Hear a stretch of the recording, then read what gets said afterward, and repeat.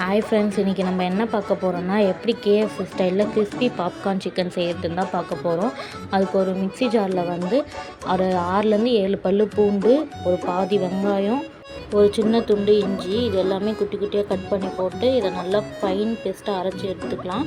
இப்போ ஒரு பாத்திரத்தில் ஒரு 1/4 லிட்டர் அளவுக்கு தயிர் ஊற்றிருக்கேன். தயிர் அது கூடவே ஒரு 3 முட்டை உடச்சி சேர்த்துருக்கேன்.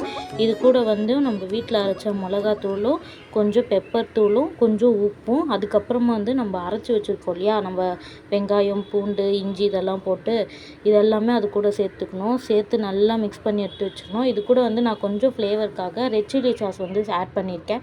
இது ஆப்ஷனல் தான், உங்களுக்கு வேணுனாலும் சேர்த்துக்கலாம், இல்லை வேணான்னா விட்டுடலாம். இதை நல்லா மிக்ஸ் பண்ணி எடுத்துக்கணும். அதுக்கப்புறம் நான் போன்லெஸ் சிக்கன் வாங்கியிருக்கேன், ஒரு 1 kg. இதை நல்லா இது கூட போட்டு நல்லா கலந்து வச்சுக்கணும். சிக்கன் சின்ன சின்ன பீஸாக இருந்தால் சாப்பிட்றதுக்கு கொஞ்சம் நல்லாயிருக்கும். நம்ம சிக்கன் மினிமம் ஒரு 2 hours கிட்டையாச்சும் அதில் ஊறினா தான் நம்மளுக்கு சாப்பிடும் போது அந்த ஃப்ளேவர்லாம் உள்ளே இறங்கி கொஞ்சம் நல்லாயிருக்கும் சாப்பிட்றதுக்கு. இப்போ நம்ம சிக்கன் ஒரு 2 hours ஊற வச்சு எடுத்தாச்சு. இப்போ ஒரு பாத்திரத்தில் நான் 1.5 கப் அளவுக்கு மைதா எடுத்திருக்கேன். அதுக்கப்புறம் 1 கப் அளவுக்கு கார்ன்ஃப்ளவர் மாவு எடுத்திருக்கேன்.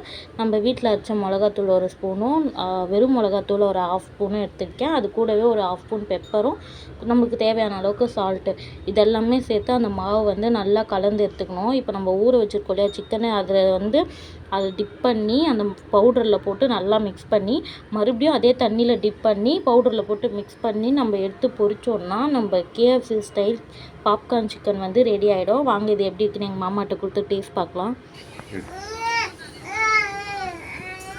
மாமா நல்லா இருக்கா மாமா?